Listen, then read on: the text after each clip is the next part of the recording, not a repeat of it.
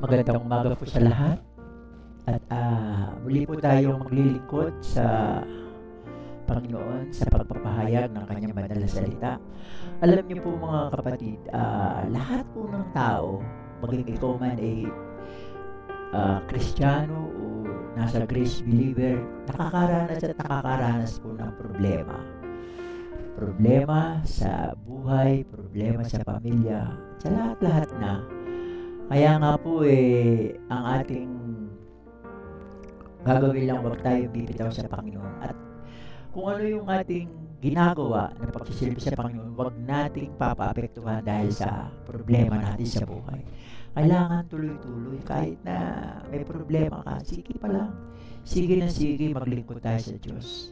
Huwag tayo titigil dahil maikli lang ang buhay natin sa lupang ito. Kaya doon babasihan ng Diyos kung anong ating naging papel dito sa lupa para tayo kanyang bigyan ng kaligtasan.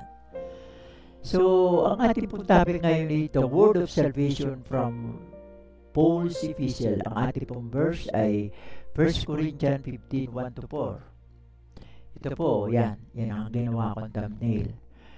Words of Salvation from Paul's Epistle. Yung ating susi natin ay yung 1 Corinthians 15, 1-4. Alam niyo po, sa panahon ngayon, marami pong nagkiklaim na sila ay grace. Sila ay nasa grace. Sila ay grace believer.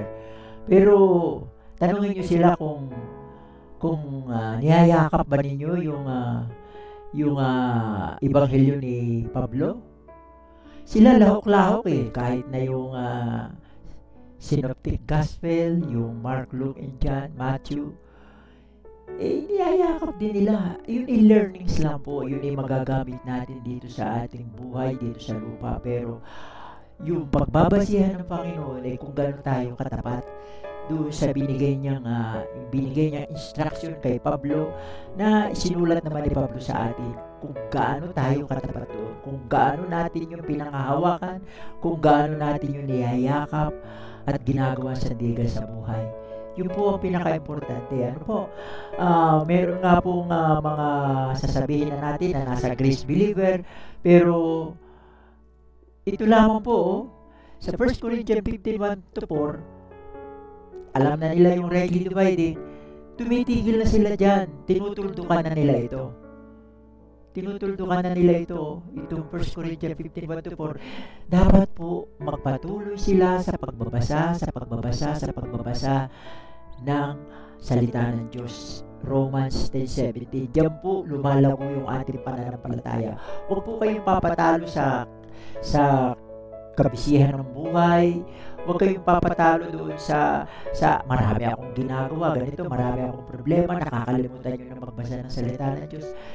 At saka sa pakikinig, yung katulad nito, yung alam niyo na yung mga tao, yung mga leader o yung mga pastor na katulad namin na nagpapahayag ng salita ng Diyos, na yung ebanghelyo na pinagkaloob kay Pablo, yun po ang kanilang dapat maririnig. Makarinig man sila doon sa outside, doon sa sulat o ebanghelyo ni Pablo, pero ginagawa lamang na learning sa buhay. Opo, yun po yung napakagandang aral sa buhay. Hindi, lahat po ng salita ng Diyos ay maganda po para sa buhay ng tao. Hindi po natin yan pwedeng sabihin natin, huwag na natin basahin yung, di ba, yung outside ng sulat ni Pablo. Hindi po, basahin din natin dahil yan po ay mapapagkuha na natin ang aral natin sa buhay. Kung paano tayo magiging mabuhay ng mabuting tao dito sa lupa. Opo. At ito pong ating topic na itong Words of Salvation from Paul's Epistles. Ang ating pong tema dito ay yung death, burial, and resurrection of our Lord Jesus Christ. So, napapanahon po dahil ngayon po ay ngayon ay pinagdiriwang po ito ng sangkakristyanuhan. Maraming denomination Christian denomination na nagdiriwang dito ng pag-aalaala sa pagkamatay ng ating Panginoong Jesucristo. Kaya po ito tamang-tama po ito na topic sa panahong ito, Opo mga kapatid. Tulad ng sinabi ko, itong ating verse, 1 Corinthians 15, 1-4. Ating po babasahin yung verse na yan. Ano po? Basahin natin yung verse na yan. Yan. Bago natin basahin, basahin muna natin ito.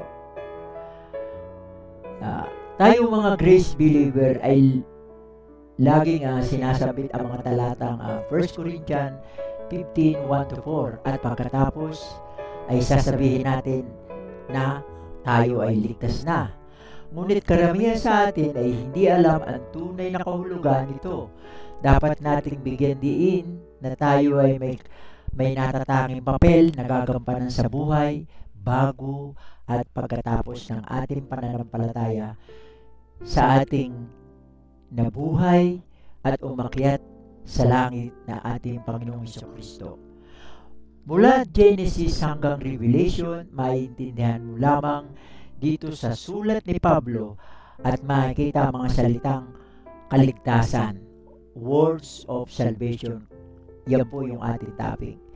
Kaligtasan, mystery, gospel of grace of God, at dispensation.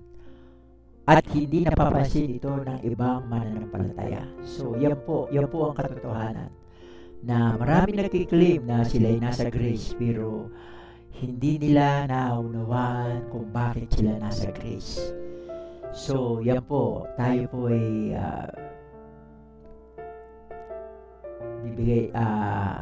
i-recite na natin yung ating mga verses.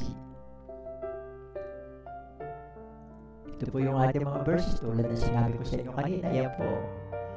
Kaya atin pong moreover, brethren, lahat po ng may bago po natin bigasin, lahat po ng may underline, tatandaan po natin mabuti. Ano po, dahil napaka-importante po niyan sa mga nagkiklaim na sila ay nasa grace believer. Lahat ng may underline na ilagay ko dito. Yan po. Sabi po dito yan. Babasahin ko yan sa Tagalog.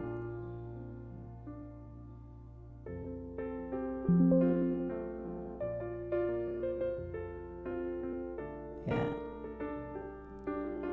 Wala pala akong nilagay sa Tagalog. Di ba, basahin na rin natin sa English. Yan.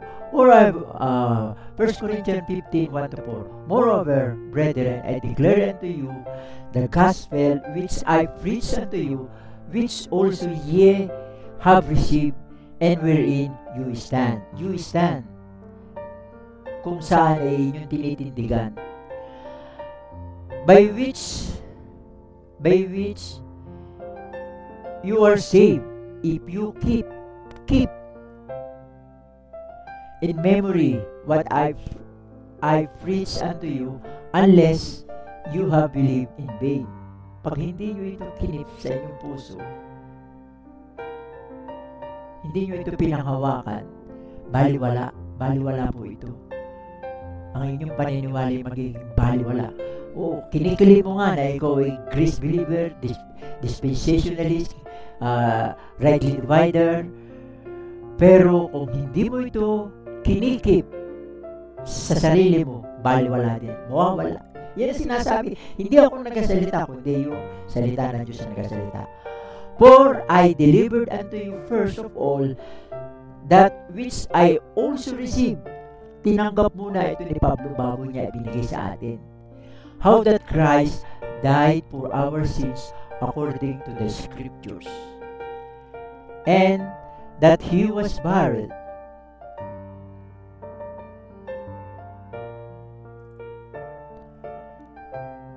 For I delivered unto you first of all which I also received, how that Christ died for our sins according to the Scriptures, and that He was buried, may underline, tatandaan nyo, and that He rose again the third day according to the Scriptures. So lahat po na may underline ay tatandaan nyo mabuti, inyong imimeditate.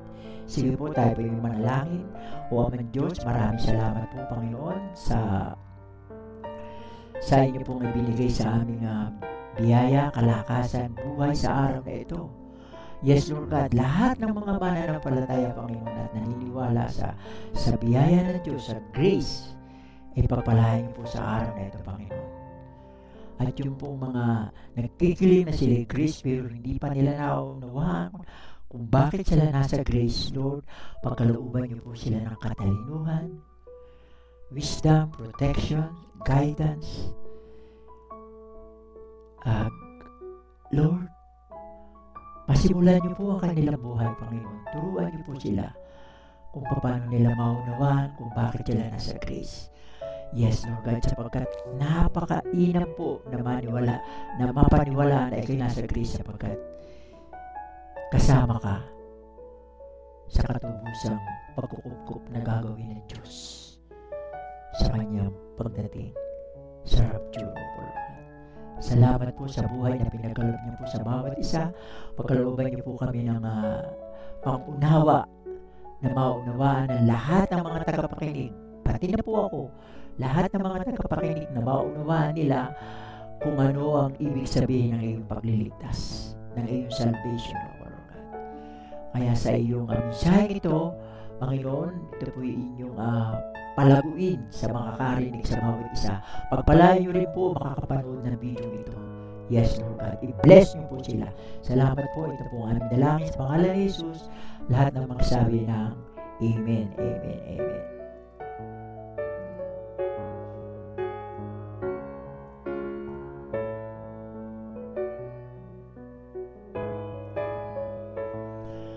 Yan po. Sige po, tayo po magpatuloy.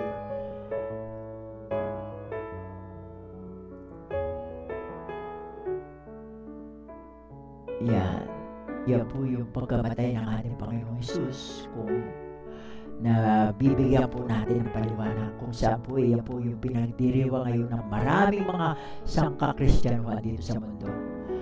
Yan po yung pagkamatay ng ating Panginoong Jesus.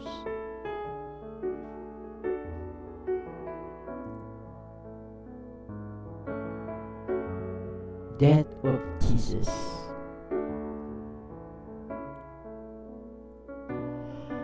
Kung tutuusin po, mga kapatid, kung tutuusin po, dapat wala na tayong pag-asa sa buhay na ito. Wala na tayong pag-asa sa buhay na walang hanggan. Hindi na natin makakamtan ito.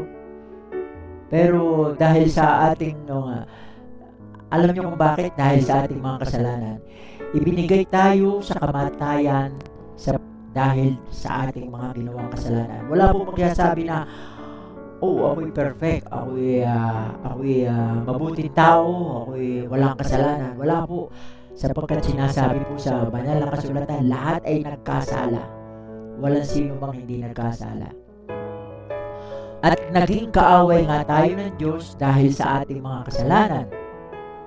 At dahil naman sa wagas niyang pagmamahal sa atin, ay pinagkasundo tayo sa Kanya.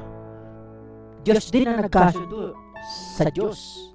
Kasi ang Diyos Ama, Diyos Anak at ang Diyos Espiritu Santo ay iisa po yan.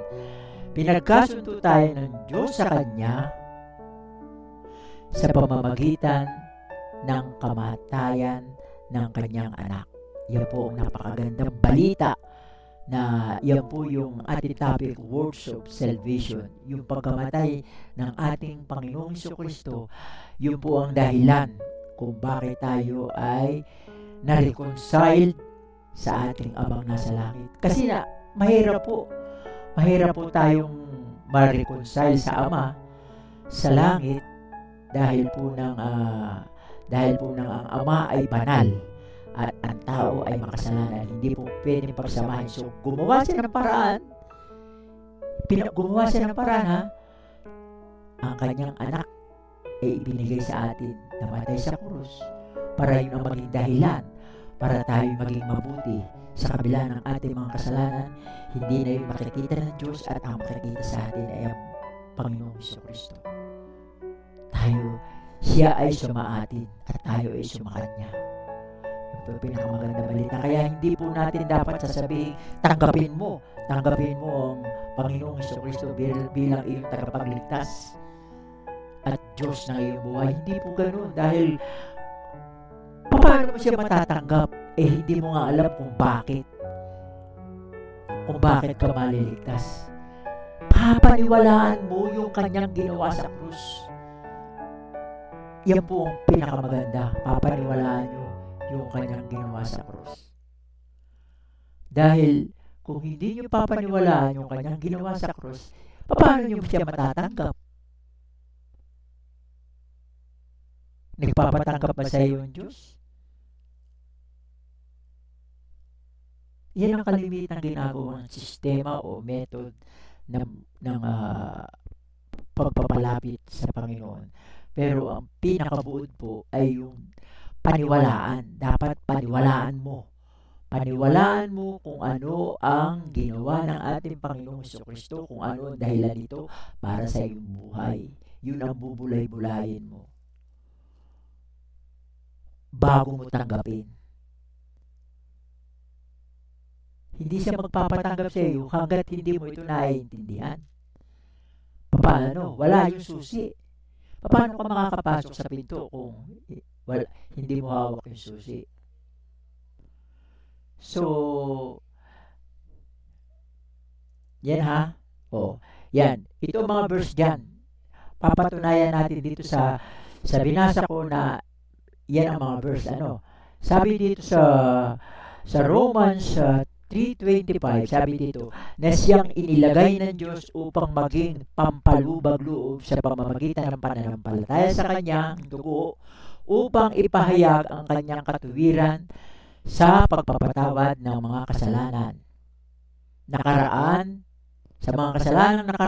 sa pamamagitan ng pagtitimpi at kahinahunan ng Diyos. Yan ha, tatandaan nyo ha. Yan ito, the righteousness for the remission of sins that are past. So wala pong sinasabing remission ng sin doon sa kasalanan ngayon, yung gagawin ngayon, at sa gagawin pa sa darating na panahon.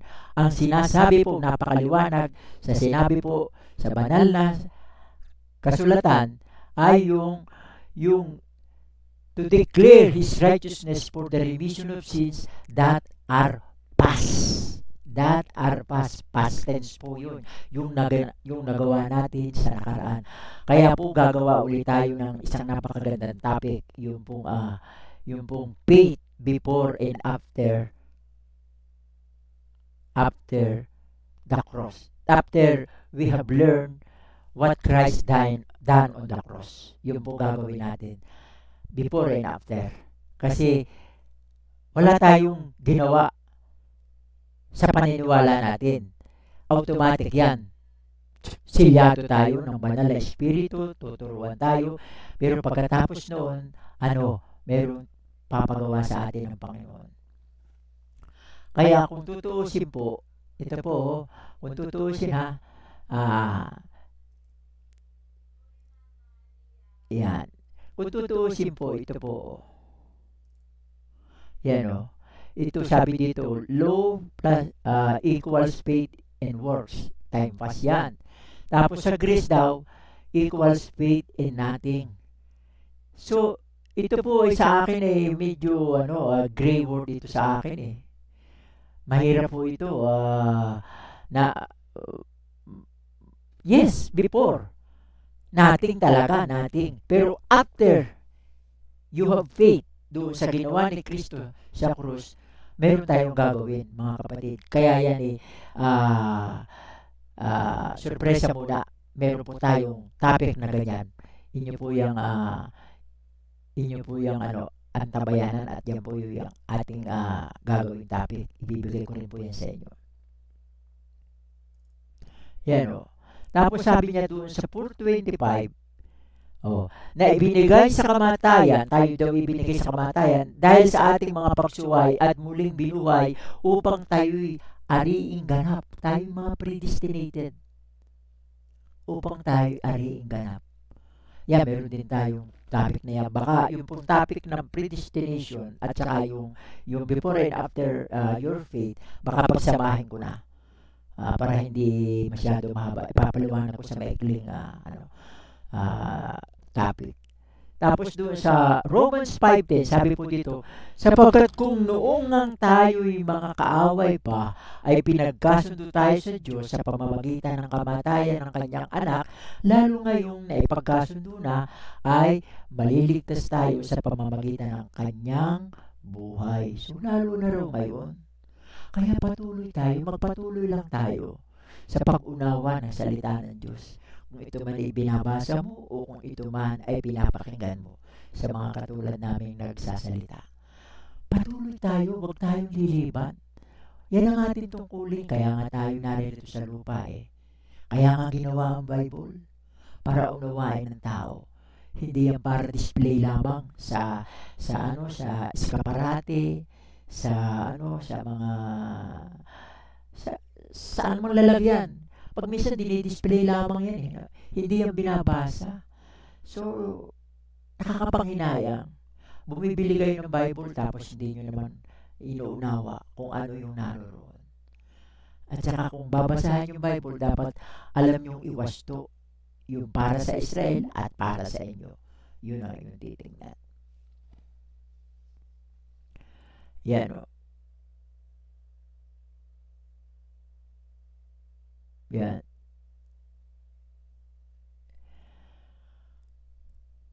At dahil sa kanyang kamatayan, kailangan malaman natin na tayo ay nabautismuhan sa kanyang kamatayan. So, tinanggap natin yung bautismo ng kamatayan. Ang baptism po ay hindi isa tulad ng inyong naiintindihan.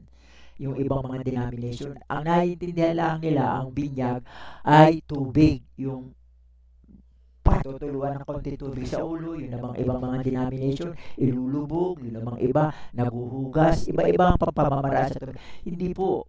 There are 12 kinds of baptism according to the Bible. Ito po yung tinatawag na baptism of death. Ito, we are baptized in His death. Noong siya po ay namatay, tayo ay nabautismuhan na rin sa kanyang kamatayan. Nalalaman natin na ang ating dating pagkatao ay kasama niyang ipinako sa krus upang ang katawan ng makasalanan ay mawala ng bisa. So, inyong tatandaan dito mabuti ha. At upang mula ngayon ay huwag na tayong maglingkod pa sa kasalanan. O, biro niyo yan. Ay yung iba sinasabi na na na yung daw ating kasalanan sa nakaraan at sa kasalukuyan at sa darating pang panahon ay baliwala. Hindi na nila yung tinatapik. Yan daw ay kasama ng tinubos ng Diyos. No! Ito, napakaliwanag At may verse tayo niyan. Ito, Romans 6:3, 6:6, 2 Corinthians 5:21, and Galatians 1:4 ha. Yan, ang sabi dito, napakaliwanag ha. And from now on, we will no longer serve sin. So, kailangan hindi na tayo magpatuloy sa kasalanan. Sasabihin na naman ninyo ng mga nakakarinig, ganun kaya ka-perfecto itong taong ito? Napakaliwanag na sinasabi ng na Biblia. And from now on, we will no longer serve sins. Alam nyo ba ang sagot doon? Magiging perfecto tayo kung hindi umalis si Kristo sa ating puso. Sa palagay nyo ba, kung namumuhay sa inyo ang banal na Espiritu, because the Holy Spirit, the Spirit of Christ indwelt in ourself. Nag-i-indwell siya sa ating buhay.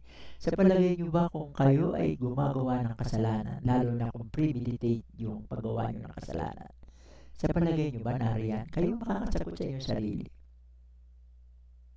Kaya nga sabi ni Pablo plea. May mga verse na plea. Hanapin nyo sa Bible, sa concordance, doon sa mga sulat ni Pablo.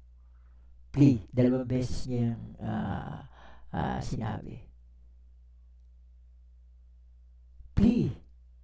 Yes, hindi tayo perfect because nabubuhay pa tayo dito sa katawang ito. At ang katawang ito, ang ninanasa nito ay laman. Yung nasa ng laman ang ninanasa nito. Itong katawang ito. Itong katawang ito, itong ating pag-iisip. Pero ang magandang balita, ang mabuting balita, namumuhay sa atin yung Espiritu ni Kristo sa ating puso. Siya yung mga nagdidikta sa atin, huwag mong gagawin yan, huwag mong gagawin.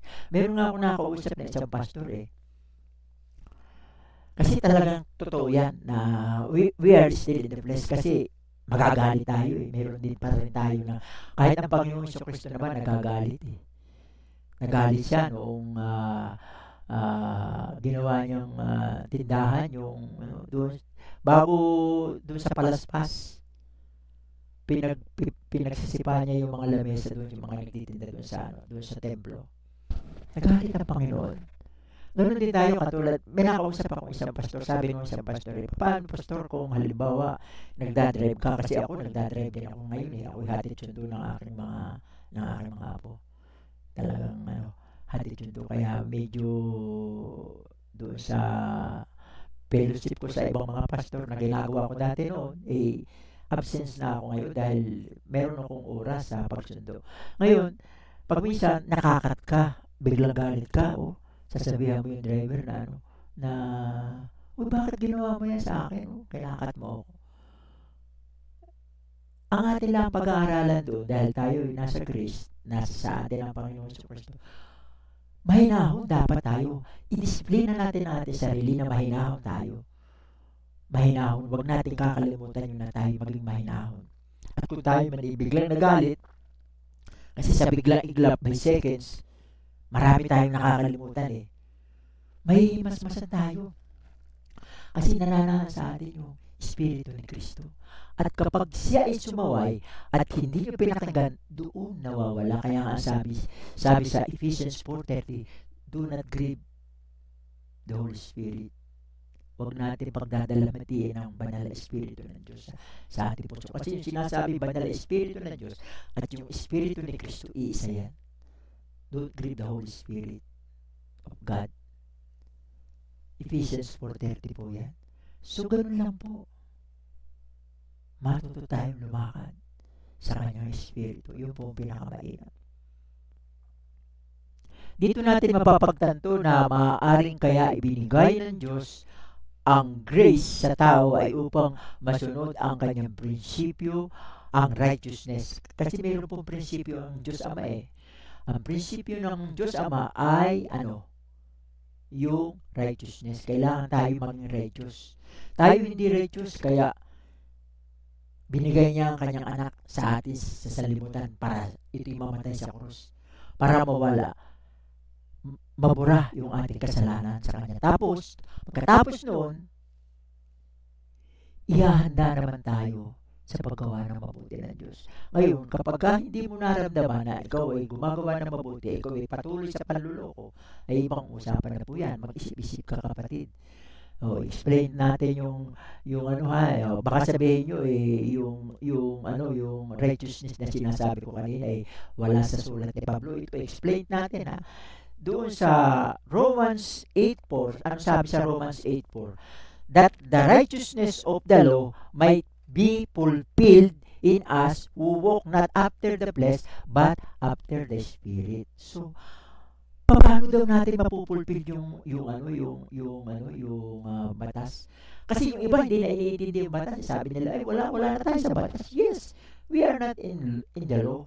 Kasi nga, tayo nasa grace. Wala na tayo sa batas. Pero, yung prinsipyo ng Diyos, yung righteousness, hindi dapat yung mawawala sa atin. Kahit na tayo nasa grace. Huwag natin tayong iisipin na, nasa grace na tayo. Wala na, natubos na tayo ng Panginoon kahit anong gawin na natin. Para binibigyan mo ng lisensya yung kasalanan sa iyong sarili. No, hindi po ganun ang gusto ng Diyos. Inihanda tayo ng Diyos sa Ephesians 2:10 para gumawa ng mabuti sa pamamagitan ng kanyang anak na si Panginoong Kristo. So, ang Panginoong Kristo ay may kapangyarihan sa atin na tayo'y turuan, pukpukin ng kanyang banal na Espiritu para gumawa ng mabuti. Ngayon, kapag hindi ka nagkakaganyan, hindi mo binabago yung iyong buhay, hindi mo narirenew yung iyong buhay, sa paggawa ng mabuti, eh, ibang usapan na po yan. Mag-isip-isip ka, kapatid. Opo, oo. Napakaganda na sinabi doon sa Romans 8:4. Alam nyo ba, huwag tayo magmamalaki. Huwag tayo magmamalaki na sabihin natin, wala nang kwenta yung batas. Yes, walang kwenta ang batas dahil tayo nasa grace. Pero, kaya tayo napapunta sa grace dahil ng batas. Ako, noong ako'y na-convert, 1992, lumalakad ako sa batas. Hindi ko yun itinatanggi. Pero nung naunawaan ko itong rightly dividing, itong grace of God, 2016.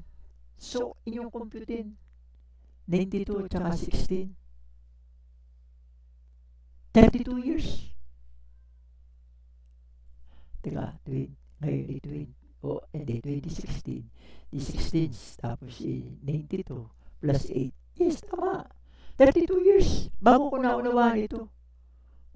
Dinala tayo ng batas sa biyaya ng Diyos. Yan ang ating schoolmaster. Batas. Yes, wala tayo sa batas ngayon dahil naunawaan natin yung grace. Pero siya ang nagdala sa atin sa batas. Hindi naman karaka-raka na ito agad ang nalaman ko. Hindi. Kasi nga, ito'y pinapanatili ng kaaway na ilihim sa atin para hindi natin ito maunawaan. He want to remain it still mystery para sa ating buhay. Nung ma-expose sa buhay ko, 2016. Kaya nagpapasalamat ako sa Diyos na ito pala magliligtas sa atin. Hindi pala tayo ililigtas ng mga gospel ni Christ doon sa kanyang earthly ministry. Dahil yun ay para sa Israel. Pero yun ay mabuti sa ating buhay. Learnings yun para tayo mabuhay ng maayos dito sa lupa. Pero ang magliligtas sa atin ay yung kanyang instruction na ibinigay kay Pablo na ipinapahayag naman sa atin ngayon. So, ganyan po. Kaya huwag niyong kakalimutan yung Romans 8:24, that the righteousness of the law might be fulfilled in us who walk not after the flesh but after the Spirit. Kasi pag sa flesh natin ito ginawa, hindi tayo magtatagumpay, hindi natin ito mape-perfect. But, kung tayo lalakad sa kanyang Espiritu, mape-perfect natin ito. Mapapagtagumpayan natin ito. Bakit kanyo? Kasi kasama natin ang kanyang Espiritu na nananahan sa ating puso. Noon wala tayong katulong. Nung hindi natin naunawaan itong grace, wala tayong katulong. Paano natin mape-perfect? Hindi natin kaya. So mga kapatid, napakaganda po nito ang pag-usapan, itong topic na ito. At tama-tama sa panahon ito na kapanahon na ito ng Kwaresma. So, yan po, no? Di tapos na tayo dyan, ano? Yan. Alam nyo, nung panahon ni Kristo, nung siya'y nabubuhay pa, yun ay kapanahon na ng Roman Empire, ha? Kapanahon na ng Roman Empire. Ang kapanahon na yun, ang capital punishment po ay ang ipako sa krus o kaya igapo sa krus. Kaya meron nasa Bible na yan i-curse yung kamatayan sa krus. Sige, ating ang punishment sa panahon ng Imperyo ng Romano ay ang ipako sa krus. Ito yung kapanahon na ni Kristo. Yan ay itinuturing na sumpa. Kaya naman tinubos tayo ni Kristo mula sa sumpa ng kautusan na naging sumpa naman para sa atin na inako niya. Siya yung umako Siya yung lumabas na may kasalanan. Pero wala naman siya kasalanan. Siya yung lumabas na kasalanan. Binigay niya yung kanyang buhay para mapagtakpan ang gusto ng ating Panginoong Jesucristo. Ilireconcile tayo sa kanyang Ama. Dahil hindi tayo makakapunta sa Ama kung hindi ito ginawa ni Kristo. Itong kamatayan ito, itong pagpako sa krus sa kanya. Hindi tayo makakapunta. Wala kahit isa sa atin. Kahit pa yung sabihin ninyo, yun ang pinakamabuting tao na naiisip nyo sa balat ng lupa ngayong panahon na ito. Wala. Sa panahon ng ito ha, hindi yung sa panahon ng mga nakaraan. Wala maliligtas kahit na sino pa nga sabihin nyo pa kung sino pa, mga santo papa, ganyan, yung pinakamagaling na mga pastor na ano, wala. Hindi siya makakapunta. O kung hindi ito ginawa ng ating Panginoon Kristo, yung mamatay sa krus. Kasi ang nakikita ngayon sa atin ng Panginoong ng Diyos Ama sa langit ay yung buhay ng kanyang anak na nasa sa atin. So ngayon, kahiya kung tayo mapapatuloy sa kasalanan. Hindi mo ba naiisip yun? Kahiya tayo kung tayo magkakasal, kung lalo na yung premeditation, nagawa mo na nga ng beses, uulitin mo pa.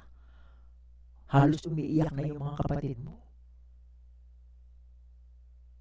doon sa ginagawa mo, pero alam mo na nga mali, gagawin mo pa. Masama po yun. Kailangan pong magbago-bago tayo, mga kapatid. Huwag po natin pagpatuloy yun sa atin. Baka po yung biyayang ito, baka hindi kayo tunay na body of Christ. Kung ganyan.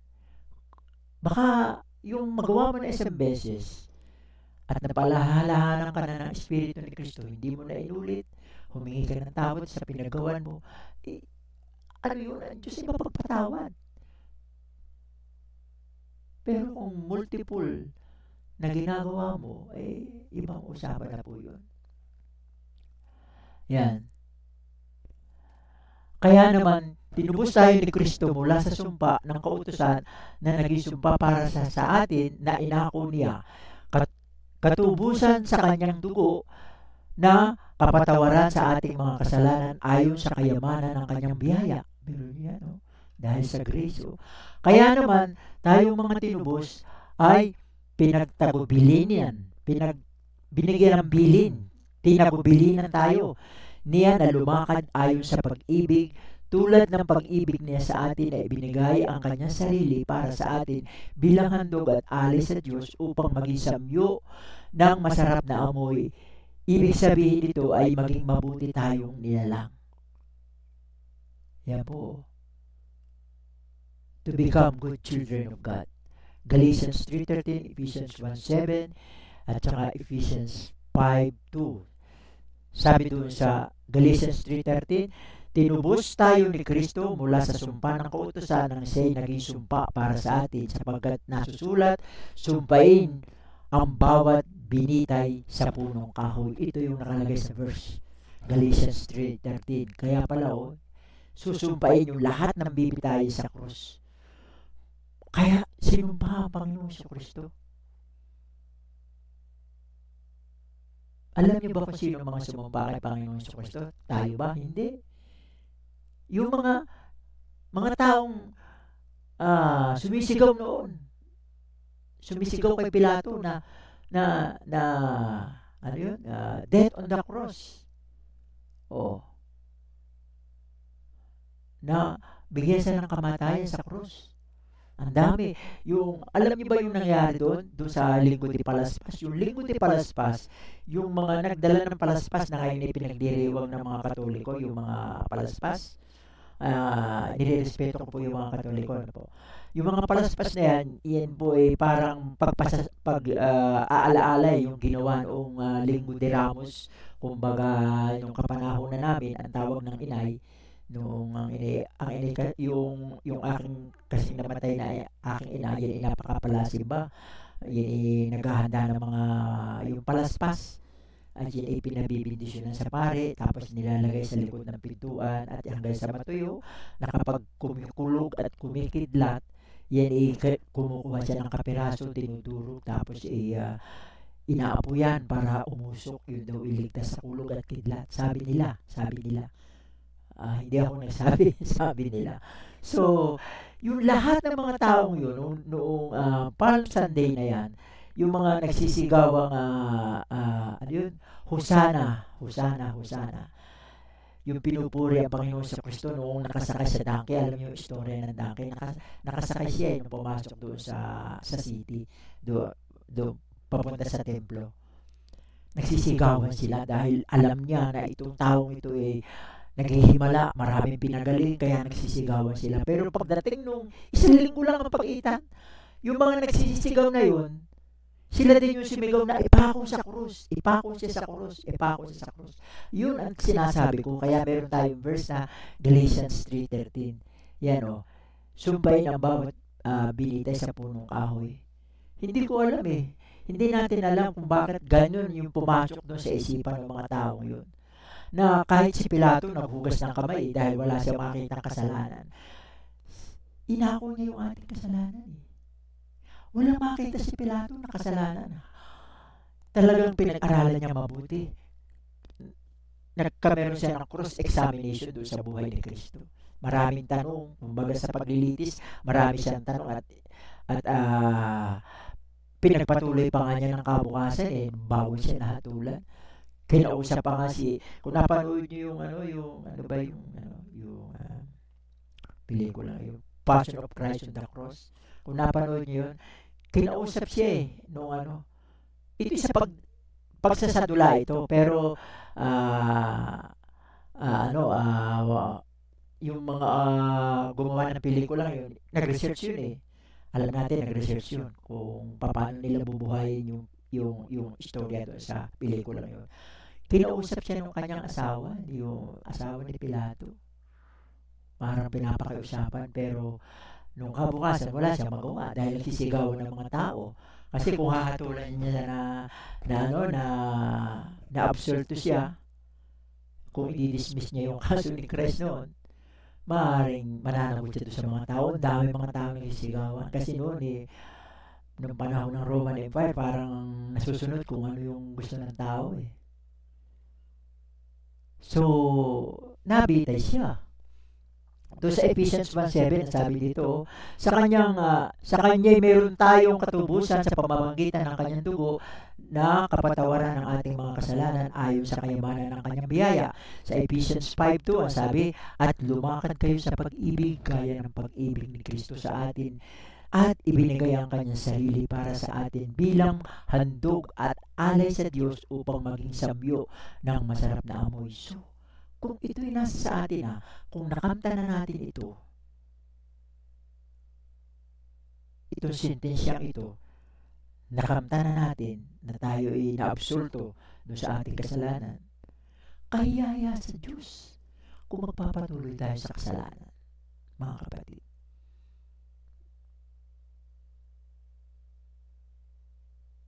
Yan.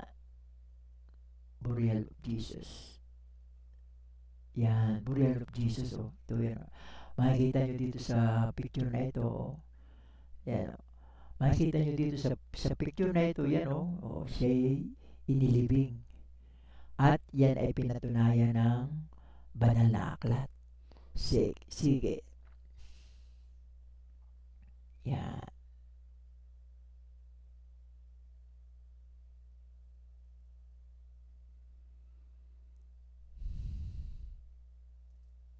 Burial of Jesus, po?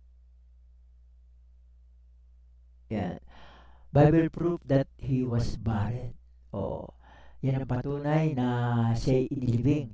Anong verse? Matthew 27:51 to 57 to 61. Sabi dito, isushortcut ko na lang. Sabi dito, dumating yung mayaman na alagad ni Kristo. Isa rin siya sa alagad ni Kristo, ang pangalan niya Jose. Pero hindi ito kasama doon sa 12 disipulo. Ang sabi lang sa Bible alagad din siya ni Kristo. At yan ay nasa verse, basahan niyo yung verse, Matthew 27:51 to 61. Sabi dito, dumating ang mayamang si Jose, alagad ni Kristo, kay Pilato upang hingin ang katawan ni Jesus. At ibinigay naman ni Pilato. Binalot niya ito ng malinis na telang lino, yung fine linen cloth. Fine linen cloth kasi ako, yan ang mananahi ako Yan ang gustong-gusto kong tela na isuot. Napakaganda sa katawan. Lalo-lalo na yung pinong-pinong linen. Kasi merong linen na magaspang Kaya Alam kong i-explain yan. Lalo na kung puti o kaya off-white. Gustong-gusto ko yan, lalo na pag summer. Yan ang gustong-gusto ko suot. Gumagawa ako ng mga polong ganyan. Ngayon hindi na ako masyadong makagawa. Dahil unang-una, ang mahal ng linen. Yung mga barong, yung sinasabi nilang gusot mayaman, linen din yan. Yung linen, yung mga nagugusot. Pero merong linen na konti lang gusot. Napakaganda, ang lamig sa katawan. Sip-sip lahat yung pawis mo. Tsaka hindi maamoy. Kung ikaw ay mayroong bad odor, hindi masyadong maamoy o magandang suot. Pinopromote ko na yung linen. Yan binalot niya ito ng pinong lino. At pagkatapos, inilagay ni Jose, yung mayamang si Jose, inilagay, kasi wala naman siya kakayahan na kuhanin yun, kung wala siya paglalagakan. Meron siyang sariling libingan. Inilagay sa kanyang sariling libingan na bato, at hinulong yung takip at tinakpan ang bato sa pintuan ng libingan, at merong saksi doon. Naroon si Maria Magdalena at ang isang Maria, hindi yung Maria. Walang sinasabi dito na kung ito'y ina ni Jesus. Basta sinabi isang Maria na nakaupo sa tapat ng libingan. Ito ay nasa verse Matthew 27, 57, 61. Yan po. Yeah. Ngayon, idikas na, bigyan natin ng description kung bakit siya inilibing. Ito, ihahalin tulad natin doon sa kanyang paglilibing. Tayo naman ay inilibing na kasama niya sa pamamagitan ng bautismo sa kamatayan. Ito, inuulit na naman dito yung baptism of death. Na ang ibig sabihin na ang ating dating pagkatao ay napako sa krus na kasama niya upang ang katawan ng kasalanan ay masira at tayo ay maging bagong nilalang. Ibig sabihin, yung ating old sinful nature nung maunawahan natin at ating pinaniwalaan yung ginawa ni Kristo doon sa krus, yung ating sinful nature, masisira yan. At mapapalitan niya ng bagong nilalang. Alam niyo ba, napakapalad natin body of Christ. Tayo yung bagong nilalang. Wala nang ibang bagong nilalang kundi tayo.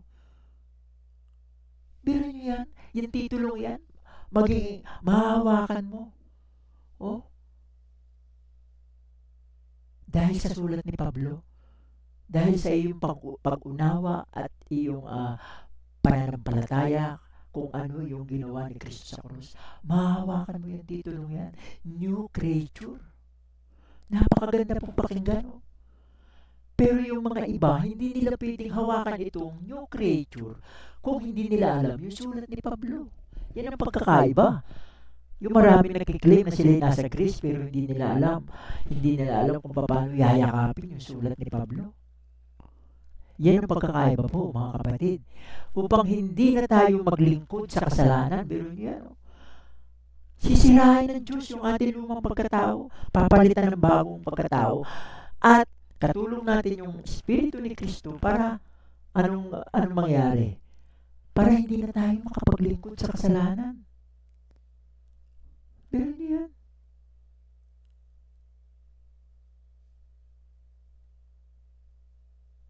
Hindi ka na makakapaglingkod sa kasalanan. So kaya kung ikaw ay gagawa ng kasalanan, lalo na kung premeditation, alam mo na nga, nagkamali ka na sa una, gagawin mo pa.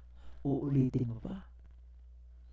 Ako, hindi ko kayang arukin yung kalooban ng Panginoon kung hanggang kailan ang kanyang pagpapatawad sa tao. Meron doon sinabi doon sa ministry ni Christ dito sa lupa, nung siya nabubuhay pa yung kanyang ebanghelyo, 77 times. Pero dito kay Pablo, kaya dahil napakadali ng ating ng paglilinis sa atin, yung maniniwala lang tayo doon sa ginawa niya sa krus, boom, wala na agad tayong kasalanan. Alam niyo ba kung bakit sinasabing gano'n? Na ito'y libre. doon sa, sinabi doon sa Ephesians 2:8-9 na ito'y libre at walang bayad. Ito'y grace, ito'y biyaya ng Diyos. Alam niyo ba kung bakit gano'n? Ibalik niyo doon sa kapanahunan ni Moses, yung mga nagkakasala. Pipili ka ng isang napakagandang baka, cattle, susunugin mo. Maraming proseso. Tapos ipagdadasal ka pa ng saserdote. Pagdadasal ka pa ng namumuno, yung mga Levites, para mawala yung kasalanan. Pero temporary lang yun. Pagdating na naman ng next year, gano'n na naman ang gagawin mo. Sa atin wala na, one time lang. Namatay na si Kristo sa krus. One time lang niyang ginawa yun. Dapat paniwalaan mo lang yun. Hindi mo tatanggapin agad. Kasi wala kang tatanggapin kung hindi mo yung papaniwalaan. Kaya yung mga sistema, yung mga method nung araw, nung ako'y naging born again pa, born again ako noong 1992. Yes, salamat sa buhay. Naalala ko na naman sa buhay ng namatay na Pastor Arthur, tsaka ni Pastor Dison, at tsaka ni Brother Matt, ni kapatid naman. Kaya hindi ko makakalimutan malaking nagawang tulong sa akin, si Matt, yung kasama kong mananahi, kasi nauna siya nang hikayat sa akin. Hindi ko yung makakalimutan habang ako nabubuhay. Ako, inilapit ko na ito sa kanya, itong Gospel of Grace, pero wala na akong masasabi. Hindi nila natanggap, lalo na yung kanilang pastor. Wala akong intensyon na mahal ko yung dati kong church. Mahal na mahal ko. Kaya lang, pinigilan nila ako. Gusto ko sanang magpahayag, mag-share. Pero hindi ako pinayagan. So, yun ang aking pinagpipili sa Panginoon, na sana'y mabuksan ang kanilang kaisipan tungkol dito sa grace. Kasi may sinabi si Pablo babasahin ko sa inyo may sinabi si Pablo. Ito, sana tandaan niyo ito, bago ko ituloy, May sinabi si Pablo dito sa Galatians. Kaya mahal na mahal ko yung mga taong yan, dahil sila yung naging ginawang daan ng Diyos para mabuksan ang kaisipan ko sa banal na aklat. Dahil ako'y napakarami kong kasalanan noon. Maglalasing ako kung ano ng bisyo ko. Ito, nakalagay dito. Sabi dito sa Galatians 1:8, "But even if we or an angel from heaven preach any other gospel to you than what we have preached to you, let him be accursed." Susumpain yung nagtuturo ng ibang gospel. So, ibig sabihin, kapag ang itinuro sa inyo ng isang pastor, ng isang leader sa church, ay hindi yung gospel, yung tema ng topic ay hindi doon galing sa turo ni Pablo, pakasumpain. Kung ito'y huhugutin mo yung topic mo galing doon sa Matthew, Luke, Mark, and John, at saka doon sa Old Testament, pakasumpain ka. Gano'n ito ka-importante doon sa instruction ng ating risen and ascended Lord Jesus Christ in heaven. Gano'n ito ka-importante para sa buhay natin at para ituro kay Pablo. Gano'n ito ka-importante. Pero nyo ito, sinabi niya ito doon sa Galatians 1:8, inulit sa Galatians 1:9. Sabi niya sa Galatians 1:9, "As we have said before," na nasabi ko noon sa inyo, "as we have said before, so now I say again." Uulitin ko sa inyo. I say again, "If anyone preaches any other gospel to you than what you have received, let him be accursed." Let him be accursed.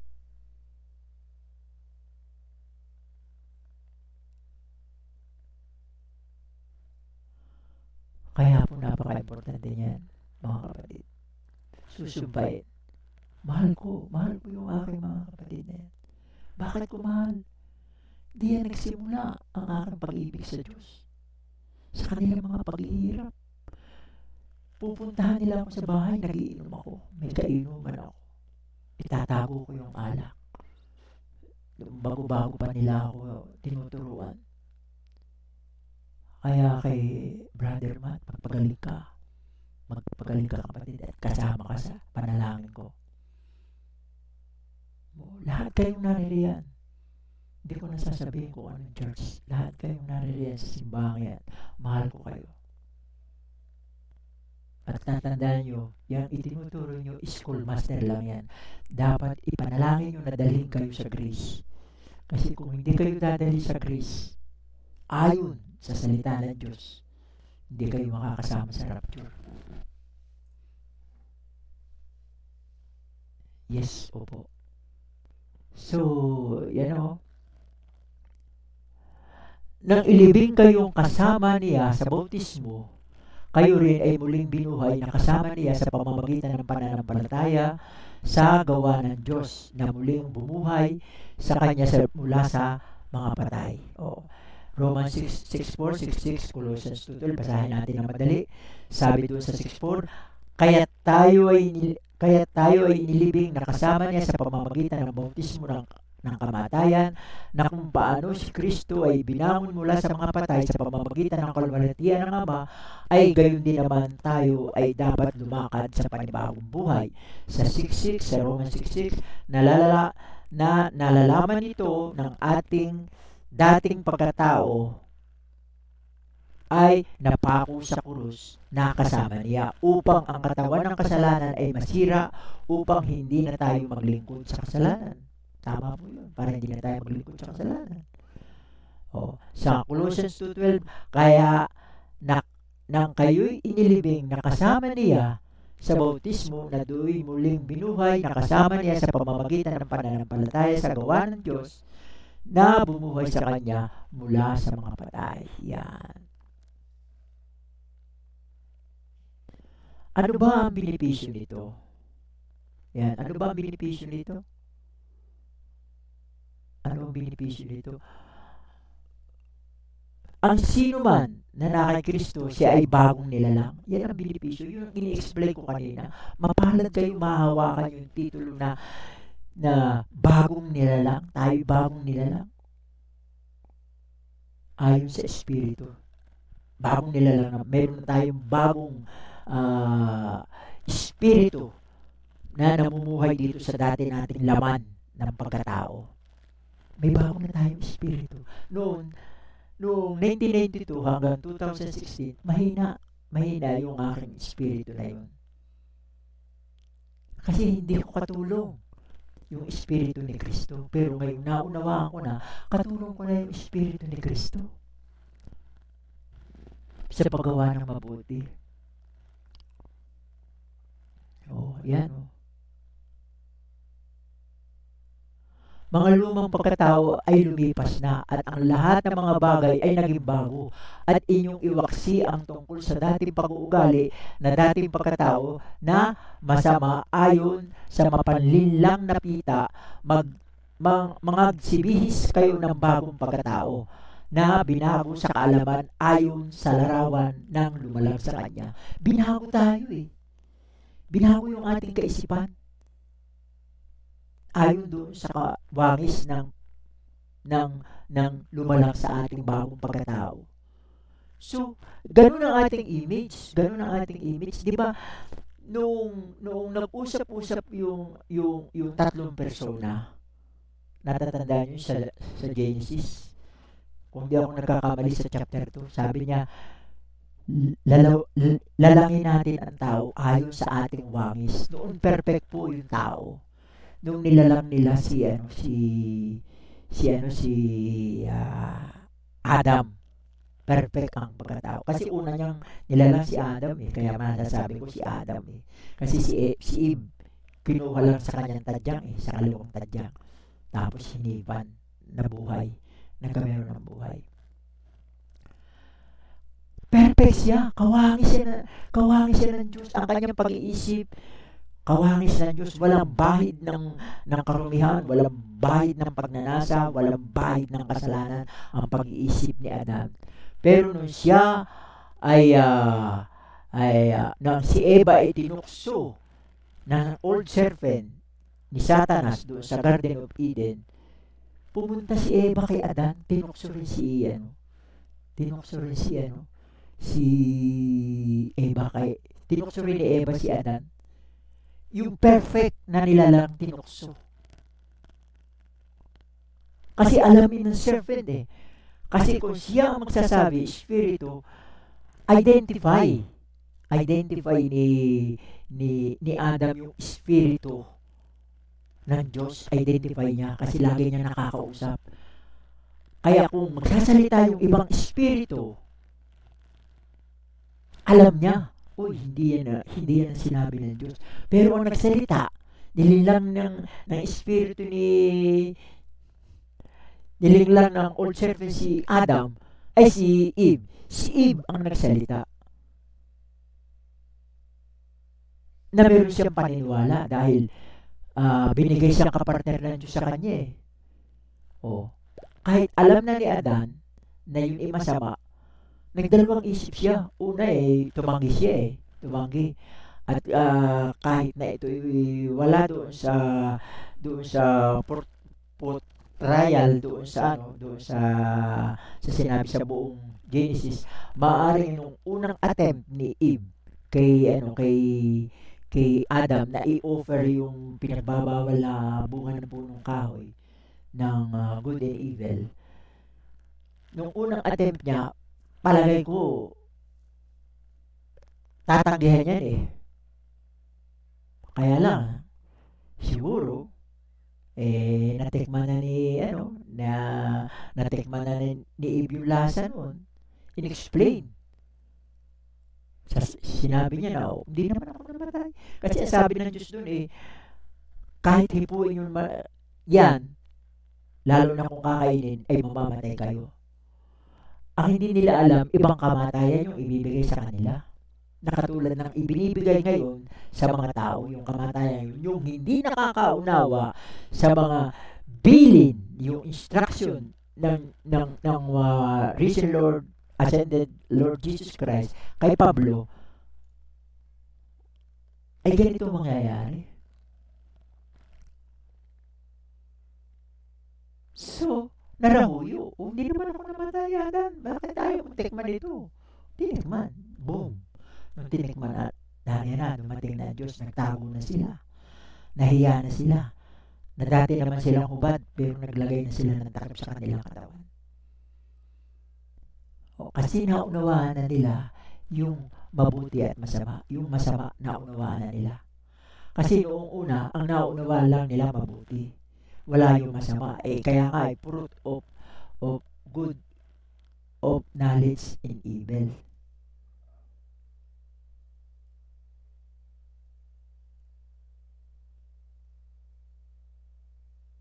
Ganyan ang nangyari. Na ganyan din. Kaya, yung pagkakalalang na yun una kay Adan, yan ngayon ang ibinigay sa atin. We are newly creature. Napakaganda. Kung inyo lamang itong lalaliman ng pag-unawa, ang ganda. Itong 2 Corinthians 5:17. Napakaganda po. Sige, ito mga verses dito 2 Corinthians 5:17, Ephesians 4:12 at Colossians 3:10. Sabi dito sa 2 Corinthians 5:17, kaya't kung ang sino man ay na kay Kristo, siya ay bagong nilalang, ang mga lumang bagay ay lumipas na. Narito ang lahat ng mga bagay ay naging bago. Binago na tayo. Pero hindi pa rin nawawala sa atin yung problema. Nariyan pa rin sa atin.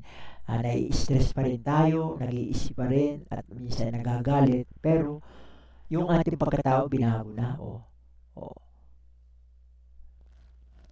Sabi dito sa Ephesians 4:22, na inyong iwaksi ang tungkol sa dating pag-uugali, sa dating pagkatao na masama ayon sa mapanlinlang na pita. Dahil yung ating pita na laman, yan ang ating tunay na pagkatao, yan yung ating minana natin sa ating unang mga magulang. Alam niyo yung iba sasabihin nila, ang minana mo kasalanan, hindi po. Ang kasalanan po ni Adan at ni Eva, hindi natin kasalanan. Ang minana natin ay yung naging pita ng kanilang laman. Na pagkasilang natin, uusbong na yan at yan na yung yan na yung ating nasa. Tingnan niyo yung mga bata pag bagong panganak, wala silang iniisip, nilalaro, pinasususo ng ina, tapos dahan-dahan yan, makakaupo, makakagapang muna bago makakaupo, tapos makakalakad, tapos makakapagsalita na. At kapag nakapagsalita na yan, tingnan ninyo, nagiging madamot, yan ang tinatawag. Dahil doon sa unang pagkakalalang, yung perfect, hindi madamot, walang ano, tsaka, tapos pag lumaki-laki pa, marunong na magsinungaling, yung bata, oh. Yan yung nasa, yan yung binana natin, na kung hindi mapipigilan, sigurado tayong merong kalalagyan, kamatayan ang ating kalalagyan, pangalawang kamatayan. Pero dahil nga sa habag at awa ng Diyos, binigay niya yung kanyang anak sa atin, na yun ang nagtubos, at kaya tayo ginawa uling bagong nilalang. Ang ganda po, ang gandang explanation. Ano po? Napakagandang explanation, mga kapatid. Yan, o. Punta na tayo dyan. Yan, resurrection of Christ. Anong ibig sabihin niya sa buhay natin, yung resurrection of Christ? Ang binabanggit ko dito, binigyan ko ng buhay, yung kanyang pagkamatay, yung kanyang paglilibing, at saka yung kanyang pagkabuhay, resurrection. Last na po tayo dito sa resurrection. Ano po? Dito po sa resurrection ni Kristo, yan po, yan. Sapagkat kung ang mga patay ay hindi muling binubuhay, si Kristo ay hindi muling binuhay. Wala pong sensya yung ginawa ni Kristo. Kung hindi, kaya paniwalaan natin na tayo mabubuhay. Mabubuhay pa tayo. Makakasama tayo sa rapture. Iba yung pagliligtas ng Diyos doon sa second coming na yun ang niyayakap ng iba. Akala nila kasama sila doon. Naku po, wag na po kayong umasa doon. Yes, may mga makakasama doon mga Pilipino dahil ang sabi doon sa Revelation at yung mga sumusunod ay mga grupo ng mga iba't ibang lahi at iba't ibang wika. So, ibig sabihin, maraming na-convert doon sa Revelation. Pero hindi sa atin yung Revelation. Hindi sa atin yung Revelation. Ang sa atin ay itong 13 books ni Paul. Yan po ang malinaw na katuruan sa atin. May distinction ang pagliligtas sa atin. Iba yung pagliligtas sa Israel, iba rin yung pagliligtas dito sa atin. Gusto niyo pa bang danasin yung 7 years tribulation? Ito yung ito yung 7 taong na paghihirap ng tao dito sa lupa. At ang unang pangunahin dyan ay mga Israelita. Diyan sila babaguhin lahat ng Diyos, mga Israelita. Yung mga remnants, yun ang ililigtas. Kaya ang nakalagay doon sa sumunod na verse doon sa Romans 16:25, yung sumunod doon, yung Romans 16:26, lahat ng Israeli maliligtas. Kasi yun na yung remnants eh. Wala na yung mga makakasalanan ng Israel. Wala na yun. Yun na yung mga remnants. Yun na yung mga 144,000. So, at marami pang ibang wika at ibang lahi. Kasi makukonvert. Pero, wag na natin hintayin yun. Sige. At kung si Kristo ay hindi muling binuhay, ang inyong pananampalataya ay walang kabuluhan. Walang kabuluhan ang ating mga pananampalataya. Tayo na yung pinakakawawang tao dito sa balat ng lupa. Kung itong tinuturong ito ni Pablo, yung instruction ng ating risen and ascended Lord Jesus Christ kay Pablo, hindi ito totoo at ito'y walang kabuluhan, tayo na yung pinakakawawang nilalang dito sa balat ng lupa. Isa na ako doon. Isa na akong pangunahin doon, kawawa. Pero ang Panginoon hindi nagsisinungaling sa kanyang salita. Tandaan niyo yan. Hindi siya nagsisinungaling, kaya niyayakap po ito. itong ebanghelyo ni Pablo. Niyayakap ko ito dahil ito yung magliligtas sa akin sa rapture. Hindi ko nadadanasin yung 7 years of tribulation na binabanggit sa Revelation. Kayo ay nasa inyong mga kasalanan pa. Kayo ay nasa pa ng inyong mga kasalanan. Kung magkakagayon, ang mga nangamatay kay Kristo ay mga nangangapangahamak. Ibig sabihin, kung walang saysay ang ginawa ni Kristo, tayo ang pinakawawang tao sa balat ng lupa. Subalit, muling nabuhay si Kristo. Yan ang pinakamagandang balita. Alam niyo ito yung pinakamagandang balita, yung pagkabuhay ni Kristo. Alam niyo yung istorya yung pelikulang Passion of Christ on the Cross. Kasi ito yung unang na-release, ako po ay nasa Kuwait noon. Kung hindi nagkakamali, mga 1989 yan, tsaka 1990s, bago magkameron ng Gulf War. Naroon ako sa Kuwait. At nung unang ipinalabas, inalok si Mel Gibson. Si Mel Gibson yung doon sa, bang tawag doon sa unang pagpapalabas ng pelikula? May tawag doon, nakalimutan ko na po yun, wag na natin isipin. Basta, nung unang pinalabas yan, inalok. Ito ayon sa nasagap ko balita. Maaaring maniwala kayo at maaaring din hindi. Nung ako'y naroon, ito yung nasagap kong balita. Na yung OPEC, yung Group of Oil Petroleum Exploration and Corporation, yung namumuno dyan, nag-offer kay Mel Gibson ng ilang, hindi ko alam kung billion o $1 million. Basta wag na lang itugtong na siya ay nabuhay sa Kristo. Di ba doon namatay si Kristo? Kaya meron kayong makikita ang pelikula. Ang original na film niyan, siya ay nabuhay, siya ay umakyat sa langit. Tapos doon si Kristo yung demonyo doon, yung nakatalubong na itim na hindi nakakita mo, yung maputi ang kanyang mukha, parang walang dugo. Yung nakakatakot ang mukha, yung laging nagpapakita doon Yun yung evil spirit yun yung lagi nagpapakita doon. May mga tagpo na may shot doon na ipinakikita na yun yung evil. Siya ay natalo. Pinakita niya siya ay natalo nung umakyat na si Kristo sa langit. Yun ang original film, yun ang kompletong film ng Passion of Christ on the Cross. Kaya kung makakapanood kayo na putol hanggang dulaan sa hindi yun yung original na film. Inalok si Mel Gibson, pero hindi niya tinanggap. Yun ang maganda kay Mel Gibson, hindi niya tinanggap yung offer, kasi kung yung sa unang pagpapalabas ikakat na yun, hindi na natin yung mapapanood hanggang sa kamatayan lang ni Kristo. So yun po, kaya ito 1 Corinthians 15 16 to 20 at ibasahin, sabi dito sa 16, sapagkat kung ang mga patay ay hindi muling binuhay, si Kristo ay hindi muling binuhay. At kung si Kristo, sa 17, at kung si Kristo ay hindi muling binuhay, ang inyong pananampalataya ay walang kabuluhan, kayo ay nasa inyong mga kasalanan pa. Sa 18, kung magkakagayon, ang mga nangamatay kay Kristo ay mga mapapahamak.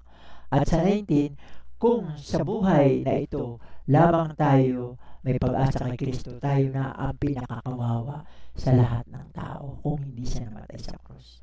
At sa 20, ngunit ngayon, ito yung magandang balita, ngunit ngayon ay muling nabuhay si Kristo mula sa mga patay at naging mga unang bunga ng mga natutulog. Ibig sabihin, tayo makakasama din niya sa piling niya magpawalang hanggan. Excuse me. So, tapos na po tayo. At kung uunawain natin ang kasaysayan ng kasalanan sa lupa sa pamamagitan ni Adan, kaya pumasok ang kasalanan. Sa pamamagitan ni Adan, ito yung aking mga binigkas kanina. At sa pamamagitan naman ni Kristo, pumasok ang pagkabuhay mula sa mga patay. Kaya nga tayo nagkameron ng panibagong buhay. Tayo bagong nilikha. Nagkameron tayo ng bagong titulo. Hindi ako born again. I am a new creature. Hindi din ako Christian. I am a new creature. Yan ang sinasabi doon sa sulat ni Pablo. Tingnan nyo doon sa sulat ni Pablo kung mayroong word na Christian. Wala. tayo'y bagong nilalang, tayo'y living saints, tayo'y mga buhay na santo. Hindi yan galing kay Pablo, yan ay galing sa instruction ng ating risen and ascended Lord Jesus Christ na inihayag kay Pablo. Paano ito inihayag kay Pablo?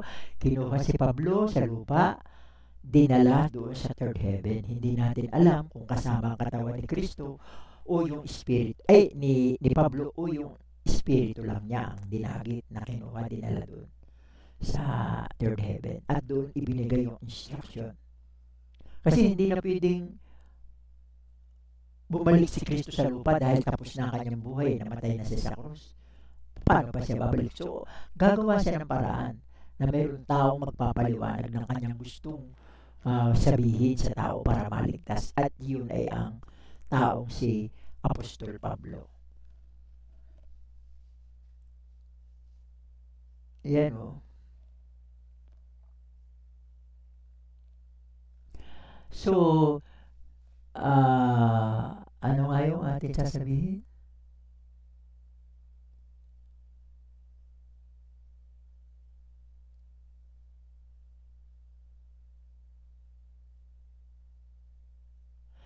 Yan. Na tayo naman ay nalagay sa katibalian, subalit ibinangon na walang kasiraan. So binuhay ulit tayo, ginawa tayong new creature, no? Yung ating laman may kasiraan, itong ating mortal body may kasiraan, pero yung ating espiritu wala na. New creature na tayo dun eh. Meron na tayong bagong pagkatao. At tayo natagpuan sa Kanya. Tayo natagpuan sa Kanya, kay Kristo. Kaya nga hindi na tinitingnan ng Diyos Ama yung ating kasalanan, dahil tayo natagpuan na kay Kristo, na walang katuwiran mula sa kautusan, kundi ang katuwiran sa pamamagitan ng pananampalataya kay Kristo. Di ba ang ganda? Yung ating lang paniniwala at pananampalataya kay Kristo doon sa Kanyang ginawa sa krus. Ang katuwirang buhat sa Diyos na batay sa pananampalataya upang makilala natin siya, at ang kapangyarihan ng kanyang muling pagkabuhay at ang pakikisama sa kanyang mga kahirapan. Ito ibig sabihin yung kanyang muling pagkabuhay, at dapat nating pakisamahan yung kung paano siya naghirap. Doon naman, sa pakikisama ngayon, paano ang ating gagawin? Lalayo tayo sa kasalanan. Kasi ang gusto ng ating pagkatao, yung nasa ng laman, pero lalayuan natin. Iyon ang ibig sabihin ng pakikisama sa kanyang kahirapan, malalayuan. At saka dito, sa pagkakatuto ng doktrinang ito. Huwag na nating ipipilit yung ibang doktrina sa ating kaisipan. Itong doktrina lang ito. Yan ang pagsasama sa kanyang kahirapan eh. Na maunawaan natin yung kanyang ginawa sa krus. Hindi natin yan maunawaan yung ginawa sa krus ni Kristo kung labo-labo ang ating pagbasa sa Biblia, kung Old Testament, ganyan, pakahawakan natin ng Old Testament, yung mga synoptic gospel, tapos isasama natin yung sulat ni Pablo. Ayaw ni Pablo ng ganun. Yung may bahid. Hindi siya may ayaw, mismo ang Diyos. Kasi detalyado po ang pagliligtas ng Diyos. Hindi po yung, porque alam natin yung salita ng Diyos, Bible, basa tayo ng basa.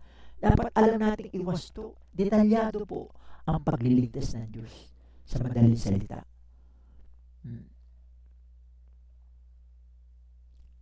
Upang makilala natin siya at ang kapangyarihan ng kanyang muling pagkabuhay at ang pakikisama sa kanyang mga kahirapan na ay matulad sa kanyang kamatayan.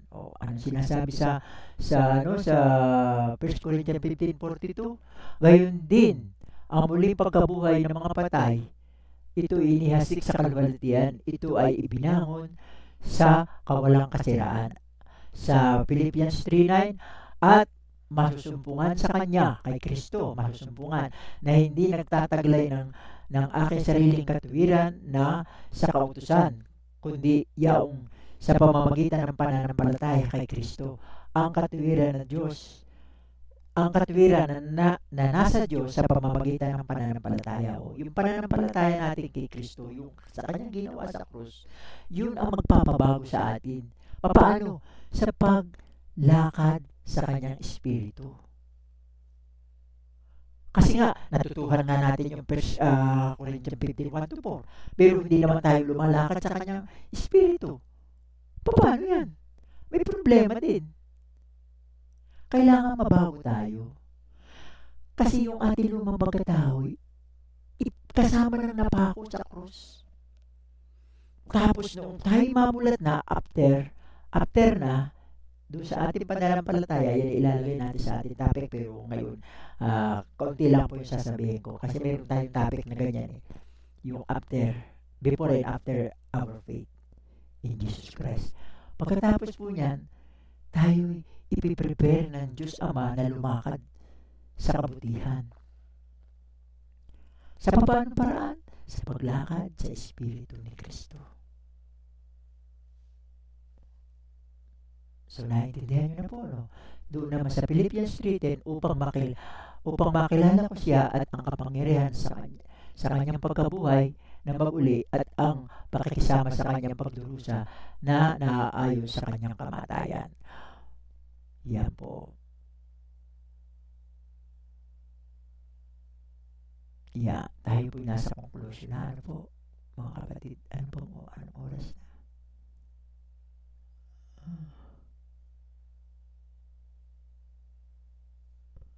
Yan. Salvation. Ito na yung ating conclusion eh. Salvation's meaning of death, burial, and resurrection of Christ. Death, burial, and resurrection of Christ. Yan ang meaning po ng ating salvation. Oo. Kaya, napakaganda po ng topic na ito. At naaayon din sa panahon na ito. Yan. Yan.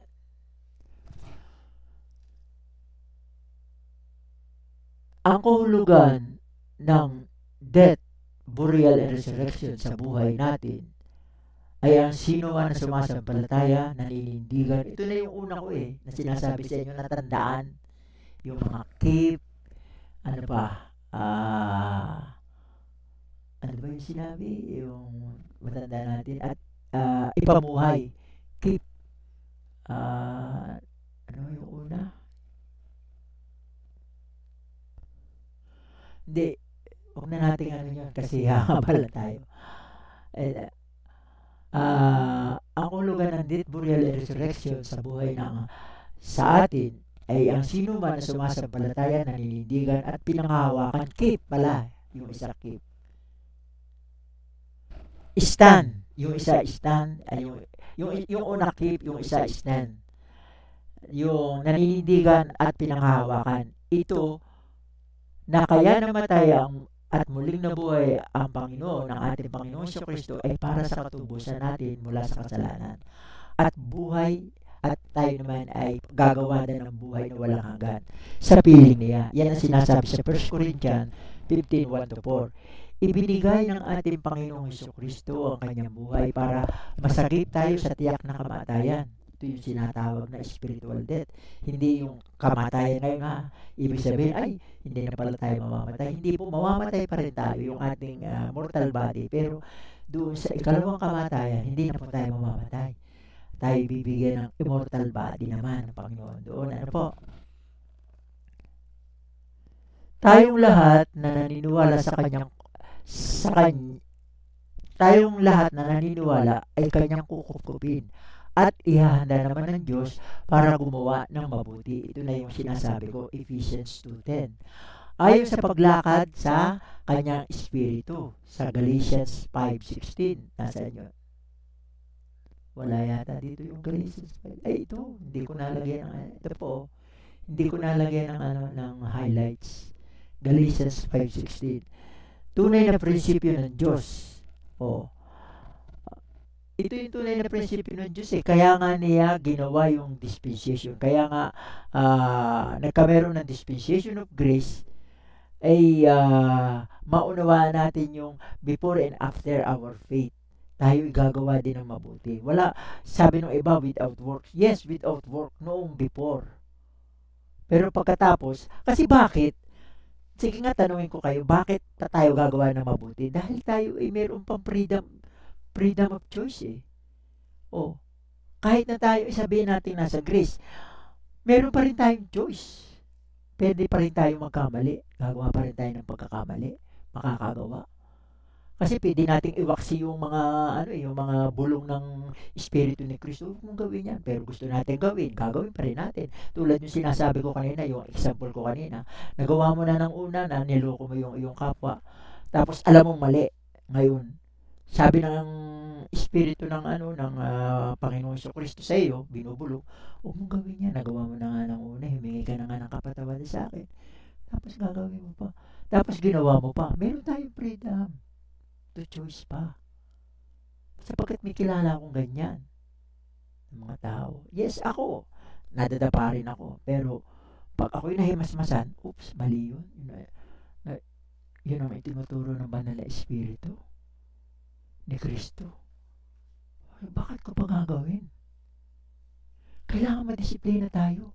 Kaya nga alam niyo itong yung mga sinasabi ni Pablo, yung mga plea, yung mga offer your body as a living sacrifice to God, at saka yung paglakad sa banal na Espiritu ng Panginoon sa Kristo. Hindi na niya isusulat kung hindi importante. Hindi na rin niya isusulat yung Galatians 5:19 to 21. Yung lahat ng uri ng yun ang mga nasa ng laman. Hindi na yun isusulat ni Pablo kung hindi yun importante. Tapos isinulat niya din yung fruit of the Holy Spirit, yung kasunod noon. Fruit of the Holy Spirit sa Galatians 5:22 to 24 yata yun. O to 23 o 24. Hindi na niya isusulat kung hindi yun importante. Di sana, ang isinulat na lang ni Pablo, 1 Corinthians 15:1 to 4, tapos na, wala na. Pero tandaan nyo, 13 libro yan. Na kayo din ang nagtuturo. Na yan ang mga sinulat ni Pablo. Na ang itinuturo ko din. Lahat yan babasahin natin. Uunawain natin. Kung ano yan, dahil yan ang direksyon ng ating salvation dito sa lupa. Oh. Kung wala sa'yo, hindi na isusulat ni Pablo. Yun inulit ko. Walang kapalit o kabayadan sa kanyang pagtubos sa ating mga kasalanan. Libre yun. Sa pamamagitan ng kanyang dugo. Subalit pinakikiusapan tayo ni Paul ayon sa instruction sa kanya ng risen and ascended Jesus Christ sa langit, na ihandog natin ang ating katawan bilang isang handog na buhay, banal na kasiyasiya sa Diyos, na siyang nararapat sa paglilingkod sa kanya. Dapat. At huwag tularan ang sanlibutan ito. So, huwag na natin tutularan sa sanlibutan ito. Alam natin na yun ipangguguyo sa ating kapwa. Bakit pa natin tutularan? Yan ang gusto ng mundo. So, huwag na natin tutularan. Ano po? So, hanggang dito na lang po, at tayo magpapasalamat sa Diyos sa kanyang magandang mensahe na ibinigay sa araw na ito. Sige, tayo po'y manalangin. O man Diyos, marami pong salamat sa umagang ito, sapagkat naunawaan namin ang kahulugan ng mga salita mo ng kaligtasan, death, burial, and resurrection. Yan po ang tunay na kaligtasan ng aming buhay sa panahon ito. Kaya Panginoon, salamat po sa buhay ng inyong anak na ibinigay niya ang kanyang buhay para sa katubusan ng aming mga kasalanan. Salamat po doon sa pagtubos niya sa pamamagitan ng kanyang dugo sa aming buhay. Kami po'y nagpapasalamat ng lubos. Wala pong hangganan ang aming pagpapasalamat sa ginawa niya yan, sapagkat yan po ang katubusan ng aming mga kasalanan. Kaya inuulit ko po, Panginoon, sa lahat po ng makakapanood ng video ito, sana po'y makaunawa sila na ito po yung tunay na ibig sabihin ng word of salvation na isinulat ni Pablo. Kaya tinataas ko din po sa oras na ito sa lahat po ng mga kapatiran na nanonood tulad nito, nawa po'y buuin niyo po ang kanilang buhay, kung ano man ang kanilang pagkukulang, inyo po nga punuin. At ayun po may mga karamdaman, Panginoon, hindi po ako nagpapagaling, kundi kayo. Hinihiling ko po sa inyo at pinapakiusap na pagalingin niyo po sila. Salamat po, Panginoon, sa buhay na pinagkaloob niyo sa amin, sa buhay ko na pinagkaloob niyo sa akin. Patuloy niyo po akong bigyan ng kalakasan ako, Panginoon, para patuloy po ako makapaglingkod sa inyo, Panginoon, sa pamamagitan ng mga mensaheng ito. Ginagampanan ko po yung aking ministry. Ito po ang aking dalangin sa pangalan ni Jesus. Ang lahat ay magsabi ng Amen. Amen.